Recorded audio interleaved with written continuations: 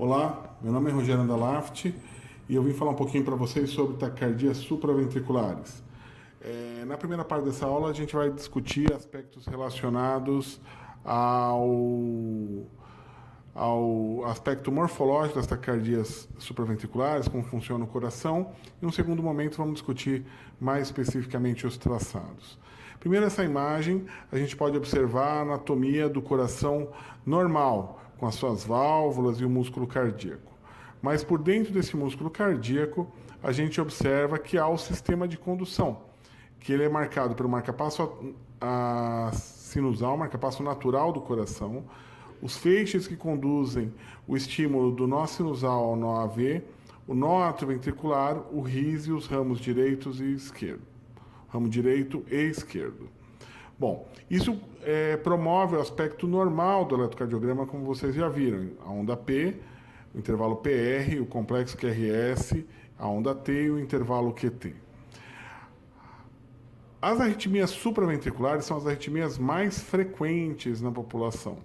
E elas podem ser divididas de forma geral nas taquicardias paroxísticas supraventriculares, que envolvem as taquicardias por reentrada nodal e reentrada atrioventricular, a fibrilação atrial e o flutter atrial, que são arritmias muito parecidas, e as taquicardias outras, as taquicardias atriais, as taquicardias juncionais, que podem ocorrer na população. Então, uma das formas mais comuns de taquicardia é a taquicardia supraventricular por reentrada nodal, que vai ser a forma mais comum de arritmia no indivíduo adulto. Ela é baseada no princípio da dupla via nodal, onde eu tenho uma via rápida e uma via lenta, e essas vias têm capacidades de condução diferentes e propiciam um circuito de reentrada. Então aqui a gente observa uma taquicardia como se fosse um curto-circuito entre a via rápida e a via lenta. E a característica dessa forma de taquicardia vai ser que o átrio bate junto com o ventrículo, como a gente pode observar aqui, e isso faz com que o paciente se torne bastante sintomático. E ele é muito sintomático, principalmente porque o átrio bate com a válvula atrioventricular fechada e o sangue reflui para o território da cava superior. Mas ela é uma taquicardia, como a gente pode observar aqui, uma taquicardia de complexo QRS estreito.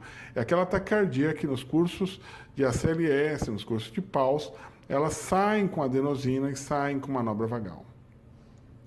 Essa taquicardia, bastante frequente em nossos pronto-socorros, né? A gente pode observar uma taquicardia com uma frequência cardíaca ao redor de 150, e essa taquicardia tem um início súbito e uma saída súbita. Ela pode ser interrompida porque vem um batimento atrial a mais e esse batimento interrompe, como demonstrado aqui, ou ela pode ser interrompida porque a gente faz uma manobra vagal ou adenosina, e isso faz com que aumente o grau de bloqueio dessa estrutura que é o nó atrioventricular e a taquicardia se interrompa. Então a característica da taquicardia é um início súbito e uma saída súbita, sempre bloqueada no nó atrioventricular, que também pode ser o objetivo de tratamento tanto farmacológico, com medicamentos, quanto com procedimento invasivo chamado ablação. Uma outra forma de taquicardia supraventricular que temos é a taquicardia por reentrada atrioventricular.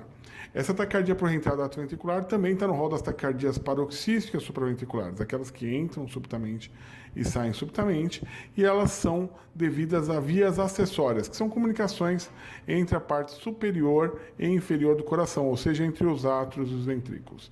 E o modelo mais clássico é o Wolff-Parkinson-White, onde aqui a gente observa uma via acessória, e essa via acessória corta o caminho, ela conduz mais rápido para o ventrículo porque ela não tem um atraso do nó AV, e a gente faz um intervalo PR curto com uma onda delta.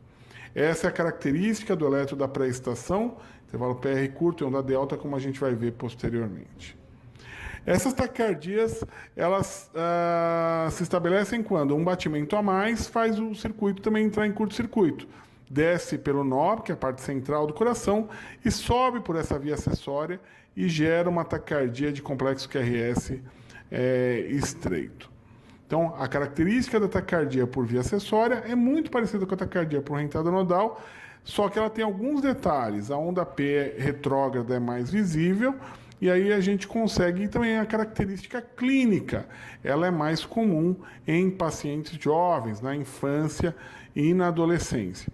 Também ela entra subitamente, também sai subitamente, e também vai ser responsiva a manobras vagais ou adenosina. O grande problema da pré-estação é o paciente que faz atividade esportiva, sem saber o que tem, pode fazer uma fibrilação atrial associado a essa pré-estação. Isso promove que esse fio conduza rapidamente para a parte de baixo do coração, os ventrículos, e possa gerar uma fibrilação ventricular, como a gente vê nesse slide. O tratamento pode ser feito com base em medicamentos ou tratamento com base na ablação. A característica da reentrada atrioventricular é como a reentrada nodal. Ela sai com adenosina, sai com manobra vagal, como a gente observa nos pacientes do pronto-socorro.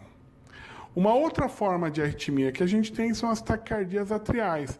Elas, diferente das outras que saem com adenosina, que são taquicardias por curto-circuito no sistema elétrico, elas habitualmente são um foco de tecido muscular que está localizado nos átrios, que acaba fazendo a despolarização. São focos ectópicos no tecido atrial. Elas podem estar localizadas do lado direito, como a gente está demonstrando aqui, ou do lado esquerdo, como a gente está evidenciando nessa segunda forma de apresentação.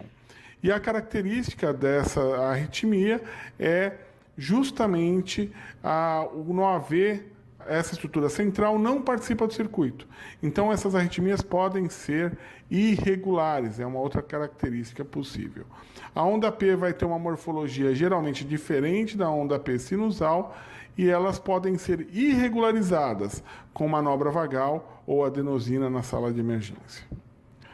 Então, aqui a gente vê uma taquicardia de complexo QRS estreito, bem rápida, uma taquicardia supraventricular, que conforme é feito 12 mg de adenosina, a gente tem a abertura da taquicardia, aumenta o grau de bloqueio do NOAV e eu vejo as ondas de despolarização do átrio.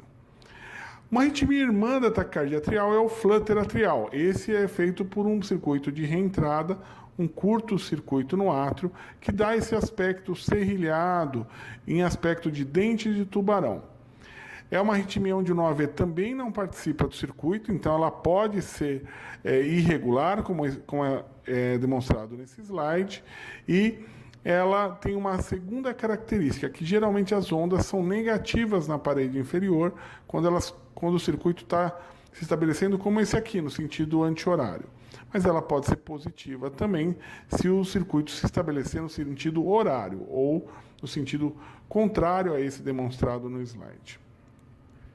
A característica do eletrocardiograma de um flutter atrial é justamente esse aspecto serrilhado. Você pode ter a condução variável, desde 3, 4 para 1, até conduções 1 para 1, que fazem com que a frequência cardíaca possa subir até frequências próximas de 300, e a característica é que elas são bastante responsivas à terapia elétrica, à cardioversão elétrica. Lembrar que essas arritmias atriais, tanto no sentido anti-horário como no sentido horário, elas podem formar trombo no coração, então a gente tem que ter atenção especial quando faz o diagnóstico, ao tempo que esse paciente está em flutter atrial e também os fatores de risco para a formação de trombo. O tratamento pode ser feito com a cardioversão elétrica, como já falei, ou mesmo com a construção de uma barreira, de uma ponte, que é chamada ablação. A gente constrói uma linha de fibrose e faz com que agora não seja mais possível fazer aquele curto-circuito. A arritmia mais comum na população de adultos, principalmente nos idosos, é a fibrilação atrial. Então, o átrio totalmente desorganizado, a atividade do átrio totalmente desorganizada, como a gente vê nesse slide, a gente consegue observar a ausência de onda P em todas as derivações e a gente consegue fazer um diagnóstico preciso dessa arritmia que forma trombos e pode degenerar a função cardíaca, propiciar acidentes vasculares cerebrais. Então, a característica elétrica da fibrilação atrial, de forma geral, um intervalo RR bastante regular, é uma taquicardia irregular, né? E ausência de onda P em todas as derivações. Muitas vezes a fibrilação atrial de alta resposta, ela pode tender a uma regularização. Então a gente precisa, às vezes, alguma manobra para poder regularizar e ver que o intervalo aqui entre as dois complexos QRS não tem nenhuma estrutura bem formada, como a onda P ou a onda F. O tratamento é medicamentoso ou algumas vezes o tratamento definitivo pode ser feito também por via de catéter e ablação. Então, a passada dessa visão geral, né, sobre as formas, para a gente entender como é que é a morfologia de cada uma dessas taquicardias, a gente vai abordar alguns aspectos eletrocardiográficos de maior importância. Lembrando que as taquicardias podem ser divididas, a grosso modo, em QRS estreito ou largo. As taquicardias QRS estreito habitualmente são supraventriculares, e essas taquicardias supraventriculares são aquelas que nascem acima do RIS. Então, na minha clínica, eu vou perguntar sempre se há ou não há instabilidade hemodinâmica, isso medindo a pressão, vendo a frequência, se essa taquicardia é regular ou não, para saber se o nó atrioventricular está participando ou não do circuito. E vou determinar onde é o nível do nascimento dessa arritmia. Está no átrio, está na junção, ou tem algum curto-circuito átrio-ventricular. Então, de forma geral, as taquicardias são de complexo QRS estreito, são taquicardias supraventriculares na maioria, exceção feita algumas taquicardias de complexo QRS estreito que são de origem ventriculares, muito específicas, chamadas taquicardias fasciculares. Primeira pergunta é se é regular ou irregular, e aí, se for regular, eu tento irregularizar. Se eu interrompi essa taquicardia, então o nó AV participava do circuito. Se eu irregularizo simplesmente, o nó AV era um espectador e eu posso optar no meu tratamento por controlar o ritmo, a frequência. Nas taquicardias, no geral, que são automáticas, a gente tem a primeira taquicardia, aquela que nasce lá em cima no nosso sinusal, chamada taquicardia sinusal. Ela vai ser sempre secundária a um problema clínico, então febre, choque, alguma coisa que está gerando essa taquicardia, e ela vai ter um início gradual e um término gradual, e a onda P vai gerar o complexo QRS, e a onda P vai ter a morfologia da onda P sinusal, que é positiva em D1, V6 e negativa em AVR. A taquicardia atrial, ela nasce numa localização diferente do nó sinusal, na maioria das vezes. Ela tem uma característica de início súbito e término súbito, e muitas vezes podem gerar dilatações do coração, as câmaras cardíacas. E ela geralmente precisa de um medicamento para poder estabilizar o tecido do átrio. A característica é um foco que nasce diferente do nosso sinusal. O nosso sinusal está representado pela bolinha. O nó AV também é um espectador da arritmia, então essa é uma arritmia que pode ser eventualmente irregular. A onda P tem morfologia diferente da onda P sinusal.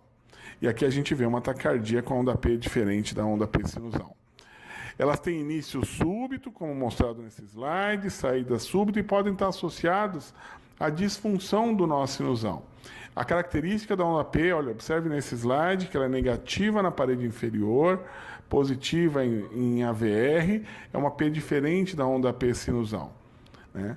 Muitas vezes eu não consigo identificar a P, então eu posso usar os testes com manobra vagal ou adenosina e registrar o eletro, como nesse caso.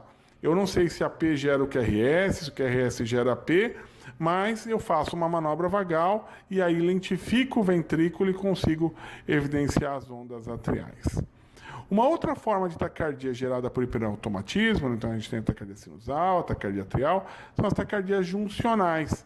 Essas daí, a P pode vir antes, durante ou depois, e ela é mais comum onde eu tenho cirurgia, manipulação cirúrgica, principalmente de pacientes portadores de cardiopatia congênita.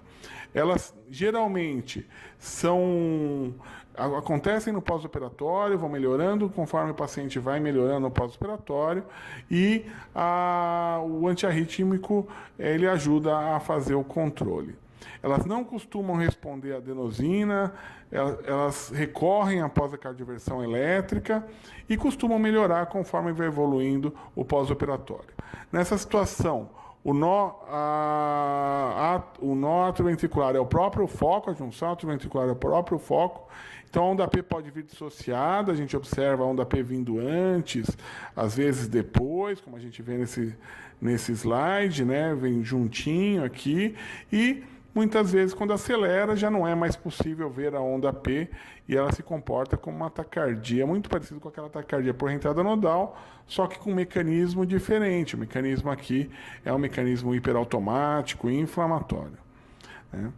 Como a gente viu naqueles primeiros slides, as taquicardias por curtos circuitos, né, que são as taquicardias por reentrada, elas podem ser o flutter atrial, que a gente viu, que ela reentrava dentro do átrio, é como um cachorro correndo atrás do próprio rabo no átrio, fazia aquele aspecto serrilhado, né, que podia ser no sentido horário ou anti-horário, e muitas vezes ele se estabelece ao redor, como a gente vê nessa figura, de uma válvula, como a válvula tricúspide, por exemplo. Esse tipo de circuito precisa de um bloqueio para ser interrompido, né? Então, esse bloqueio pode ser um bloqueio anatômico construído pela linha de ablação ou um bloqueio farmacológico pelos medicamentos. A característica da onda F é essa de serrilhado, que pode ser negativa ou positiva na parede inferior habitualmente.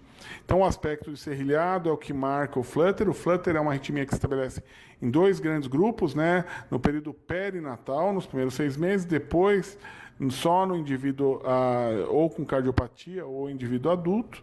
E aí o aspecto, sempre esse aspecto de serrilhado. O NOAV não participa do circuito, o que pode fazer com que a arritmia seja irregular. E o aspecto em serrilhado, que é característico.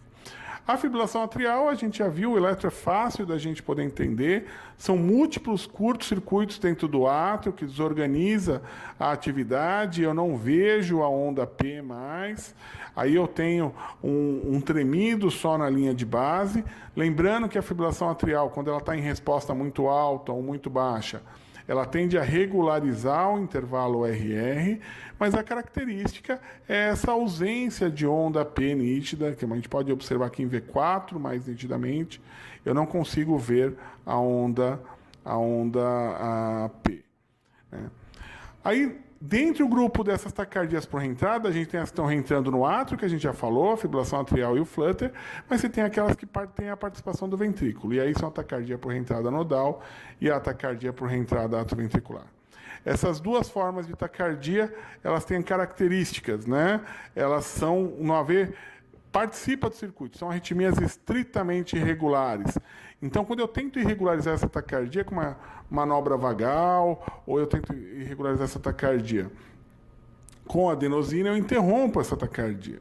Então, é importante entender que a reentrada nodal, como a gente já viu, é aquele curto-circuito pequenininho dentro da junção atroventricular.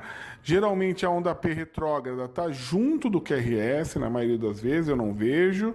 E aí, eu posso encontrar características eletrocardiográficas da dupla via, né? Que são intervalos PRs variáveis, né, 2 intervalos PRs distintos sem variação da frequência, ou uma extrasístole prolongando o intervalo PR, significa conduzindo pela via lenta e aí gerando uma taquicardia, onde na maioria das vezes eu não vejo a onda P.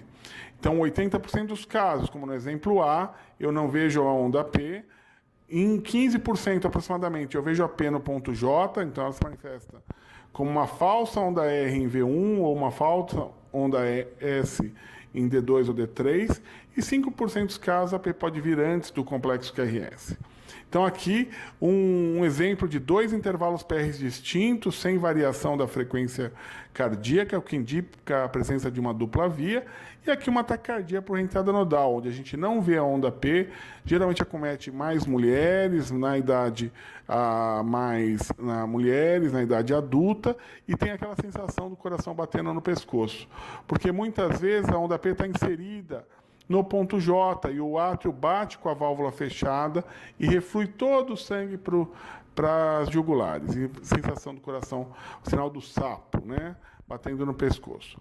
Lembrando que a adenosina ou a manobra vagal tira essa taquicardia, a gente consegue observar muitas vezes o desaparecimento dessa onda, falsa onda P, quando a gente reverte, ela desaparece. A irmã da taquicardia por reentrada nodal é a taquicardia por reentrada atrioventricular, aquela que usa uma via acessória. Se o eletro de base tiver prestação, eu chamo de Wolff-Parkinson-White. Se o eletro de base não tiver prestação, a gente chama de via acessória oculta. O que é o Wolff? É o intervalo PR curto, a onda delta, a alteração de repolarização, mais a taquicardia. E aí eu posso ter taquicardias por reentradas que descem pelo feixe, sobem pela via acessória, são taquicardias que é QRS estreito. E taquicardias que descem pela via acessória e sobem pelo feixe, pelo nó atrioventricular, que são as taquicardias antidrômicas ou são taquicardias de QRS largo. Há uma maior incidência de fibrilação atrial nos pacientes com Wolff-Parkinson-White e a característica eletrocardiográfica, como a gente já viu, é o intervalo PR curto com a onda delta no eletro de base sinusal. E quando se estabelece uma extrasístole, como a gente observa nesse slide, há um bloqueio da condução terógrada pela via, desce pelo nó, sobe pela via e se estabelece uma taquicardia de complexo QRS estreito. O grande problema do Wolff é a fibrilação atrial. Essa fibrilação atrial pode degenerar para a fibrilação ventricular, motivo pelo qual pacientes jovens precisam realizar a ablação por radiofrequência. A ablação por radiofrequência trata essa via com alto índice de cura. Então, intervalo PR curto, onda delta, característica da pré-estação, intervalo PR curto e onda delta. É possível localizar a via, se ela está do lado direito ou esquerdo, tá? Então, a gente consegue observar essas características, saber que esse paciente tenha o fio em volta das válvulas, tanto da válvula mitral quanto da válvula tricúspide, e é possível até fazer uma localização mais fina da via para saber, está do lado direito, do lado esquerdo, com base no eletrocardiograma. As taquicardias podem ser ortodrômicas, aquelas que descem pelo nó e sobem pela via, que são taquicardias de QRS estreito. Podem ser taquicardias antidrômicas, que no caso descem pela via e sobem pelo nó. Numa taquicardia ortodrômica, como o circuito é muito grande, a P retrógrada geralmente está maior do que 70 milissegundos, ou maior que 2 quadradinhos, aquele do eletro pequeno, e mostrando que ela está inserida no segmento ST. Então, a gente tem essa característica. A taquicardia antidrômica vai ser a taquicardia de QRS largo, que a gente vai avaliar na aula posterior. O grande problema do Wolff é a degeneração para fibrilação atrial e, eventualmente, fibrilação ventricular com risco de morte súbita. Observe que esse tipo de arritmia se estabelece mais comumente nos jovens, ela tem frequências mais rápidas, a gente consegue observar a onda P retrógrada no segmento ST e até é possível se localizar a posição da via pela posição da P retrógrada. É importante observar que muitas vezes o carrinho de parada tem que estar perto do paciente que vai receber adenosina, justamente porque existe um risco de degeneração dessa arritmia para a fibrilação atrial com Wolff, que é um eletro bastante característico, um RR irregular, a QRS alargado, característico de fibrilação atrial pré-estada, que pode levar esse paciente a um risco maior de morte súbita. Então, a maior parte das vias acessórias que tem prestação são chamadas de Wolff-Parkinson-White. As vias acessórias que não têm prestação são chamadas de vias acessórias ocultas. E o tratamento depende do desejo da família, obviamente, do risco de FA prestado, do risco de morte súbita. Então, se deixa para o eletrofisiologista, ou para o cardiologista, ou para o cardiologista pediátrico, a decisão do tratamento definitivo. O tratamento definitivo estabelecido com a ablação por radiofrequência. Então aqui a gente tem um quadro, esse quadro pode fazer o diferencial entre as três formas de taquicardia paroxística supraventricular, que são aquelas que saem com manobra vagal ou adenosina. Lembrando que a reentrada AV por via acessória de condução retrógrada exclusiva ou via acessória oculta e o Wolff-Parkinson-White tem as mesmas características, né? E a taquicardia por reentrada nodal tem uma característica clínica importante, que é a pulsação cervical e o fato de acometer mais as mulheres adultas. Então aqui a gente tem um caso de uma pré-estação, PR curto com onda delta.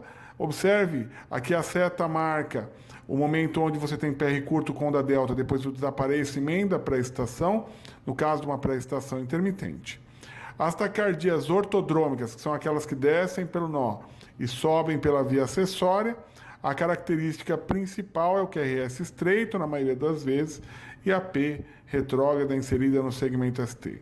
Observe como as taquicardias por reentrada atrioventricular são bastante rápidas e a maioria das vezes é possível ver uma onda P visível. Outras características importantes são o infradesnivelamento do segmento ST maior que 2 milímetros em V5 e V6 e alternância elétrica que pode ocorrer em até 1/4 dos casos.